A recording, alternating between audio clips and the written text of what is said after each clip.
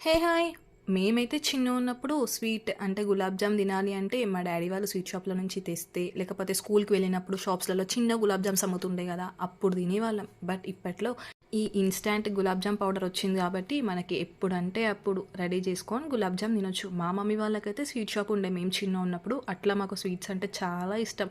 మా ఇంట్లో అందరూ స్వీట్స్ బాగా ఫేవర్ చేస్తారు. సేమ్ మేము ఎలా తింటామో మా పిల్లలు గూడా అంతే. స్వీట్స్ అంటే అబ్బా! అసలు ఇలా కొట్టుకుంటారు. అట్లా ఉంటది స్వీట్ తినాలని. ఈ ఇన్‌స్టాంట్ గులాబ్ జామ్ పౌడర్ వచ్చిన తర్వాత మనకి ఎప్పుడు కావాలంటే అప్పుడు జస్ట్ 10 మినిట్స్‌లో ఇలా గులాబ్ జామ్ చేసుకొని తినొచ్చు గదా! మీకు కూడా ఇలాంటి మెమోరీస్ ఏమైనా ఉన్నాయా? మాకు స్వీట్ షాప్ ఉందని చెప్పాను గదా! మా డ్యాడీ అండ్ మా మమ్మీ స్వీట్స్ అయితే ఎక్సలెంట్ చేస్తారు తెలుసా! మా ఇంట్లో ఏమైనా ఫంక్షన్స్ అయినా సరే, లేకపోతే మాకెప్పుడైనా తినాలనిపించినా సరే, మా మమ్మీ వాళ్ళని అడగగానే చేసి పెడతారు.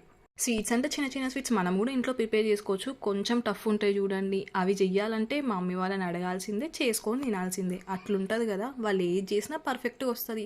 అలా అని మనం జేస్తే రాదు అని గాదు. కొంచెం పెద్దగా ఉంటది గాబట్టి ప్రాసెస్ వాళ్ళతో చేయించుకొని తింటేనే బావుంటుంది. పిల్లలకి గూడా ఒక 2 డేస్ స్వీట్ తినలేదనుకోండి, అబ్బా! అడుగుతూనే ఉంటారు. మమ్మీ ఏదైనా స్వీట్ చేయొచ్చు గదా! ఏదైనా రెసిపీ చేయొచ్చు గదా! అని. వాళ్ళ కోసమైనా జెయ్యాలి, మనం తినడం కోసమైనా జేసుకోవాలి. అంతే గదా!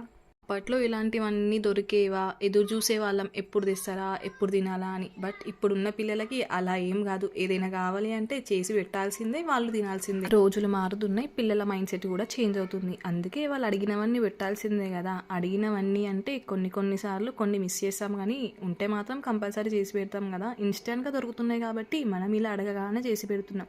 మేము చిన్నగున్నప్పుడైతే మా డ్యాడీ తెచ్చేంత వరకు వెయిట్ చేసి అప్పుడు తినేవాళ్ళం. వీడియో నచ్చితే ఒక్క లైక్ ఇవ్వండి. అలాగే సబ్స్క్రైబ్ జేసుకోండి.